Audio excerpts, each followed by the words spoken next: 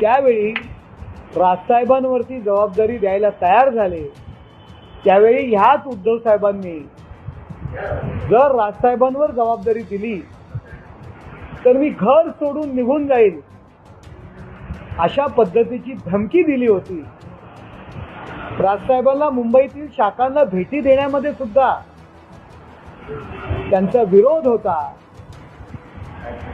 बाळासाहेब असताना सुद्धा राजसाहेबांना त्यांनी ऍक्सेप्ट केलं नाही. राजसाहेबांच्या सोबत जी मंडळी असतील त्यावेळी कायम त्यांचा मत्सर केला.